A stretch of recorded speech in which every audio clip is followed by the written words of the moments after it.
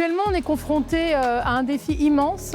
C'est tout simplement le fait que nous avons quasiment 3 millions de ménages qui sont en attente d'un logement social et qu'il faut qu'on soit en capacité de répondre aux besoins de ces ménages et donc d'avoir les logements qui correspondent à leurs besoins. Cela veut dire évidemment produire du logement pour le mettre sur le marché. Cela veut dire aussi réfléchir exactement à quels besoins on parle. Les défis les plus urgents à relever, c'est justement de poursuivre ces opérations de rénovation urbaine.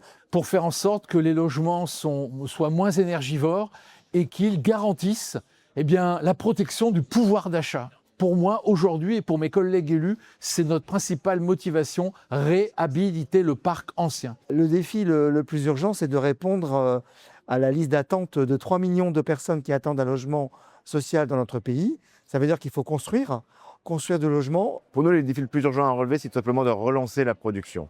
On a aujourd'hui des bailleurs qui ont perdu près de 10 milliards d'euros en 8 ans pour leur capacité à produire.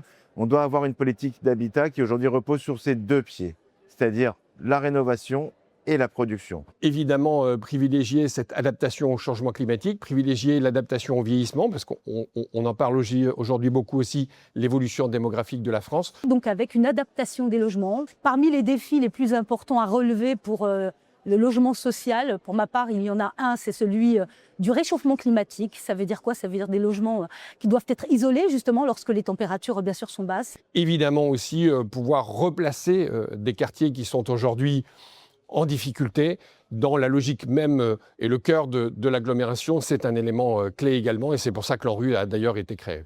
Les enjeux climatiques, mais aussi la réglementation nous imposent d'appliquer les DPE, c'est-à-dire de monter en gamme la qualité, la performance énergétique de nos logements pour répondre à la loi climat, mais surtout aussi pour répondre au pouvoir d'achat des ménages, au coût de l'énergie et faire en sorte que demain, des logements ne sortent pas du parc locatif parce que plus aux normes, dans le social comme dans le privé.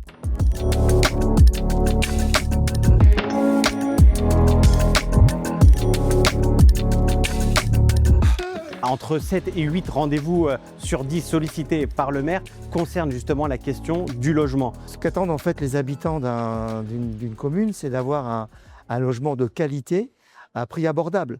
Aujourd'hui, les loyers du privé sont exorbitants et l'accès au logement est très difficile pour des populations qui n'ont pas forcément 3 fois le montant du loyer en termes de revenus. Et ensuite, effectivement, notamment dans le cadre de la rénovation urbaine qui concerne une ville comme Garges-lès-Gonesse fortement, c'est aussi, on le constate, la possibilité de rester non seulement dans leur ville, mais aussi et surtout dans leur quartier. Donc on sent aussi cet attachement à leur territoire. C'est un logement de qualité, c'est de pouvoir vivre dans un logement digne. Deuxième attente forte que j'entends de plus en plus, c'est l'idée, ou en tout cas surtout l'attente de sécurité, de tranquillité résidentielle, de pouvoir se sentir en sécurité dans son logement, mais surtout en dehors du logement. La qualité d'adresse, c'est l'endroit où on habite. On est souvent l'endroit où on habite. Et le regard des autres sur soi-même dépend souvent de l'adresse et de l'endroit où l'on vit. Logement social, social n'est pas un gros mot. C'est l'accompagnement de celles et de ceux qui n'ont pas la capacité d'acheter leur propre toit.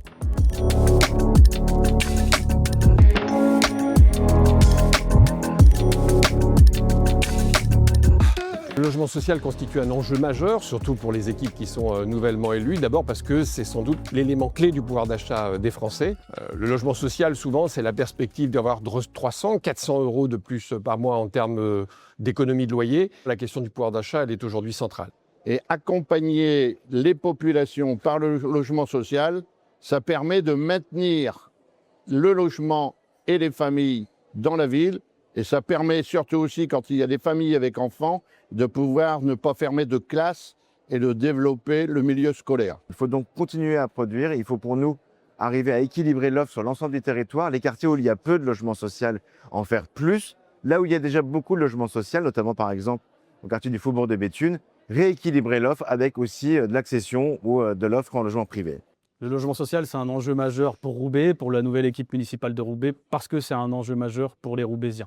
Il y en a plus de 10 000 qui sont en logement social. Notre parc social, il est extrêmement important à Roubaix et c'est le seul patrimoine pour beaucoup de Roubaisiens et de Roubaisiennes qui n'ont pas les moyens d'aller dans le privé ou alors quand ils vont dans le privé, se retrouvent face à des marchands de sommeil ou face à des situations très difficiles. Pour nous, c'est un socle. C'est ce qui garantit la base de la cohésion sociale, du vivre ensemble, d'une parfaite intégration de l'ensemble des populations issues du parc social comme issues d'autres quartiers.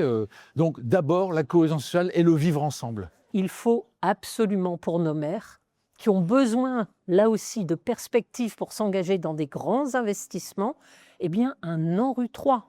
Sans ANRU 3, comment un maire pourrait s'embarquer dans des projets qui transforment des pans entiers de leur quartier, qui coûtent plusieurs centaines de millions d'euros sur 10 ans, s'ils n'ont pas l'assurance et la garantie que pendant ces 10 années, ils ne perdront ni le soutien de l'État, ni celui d'Action Logement ou de la Caisse des dépôts ou des bailleurs sociaux, et qu'ils puissent se projeter dans quelque chose de sécurisé.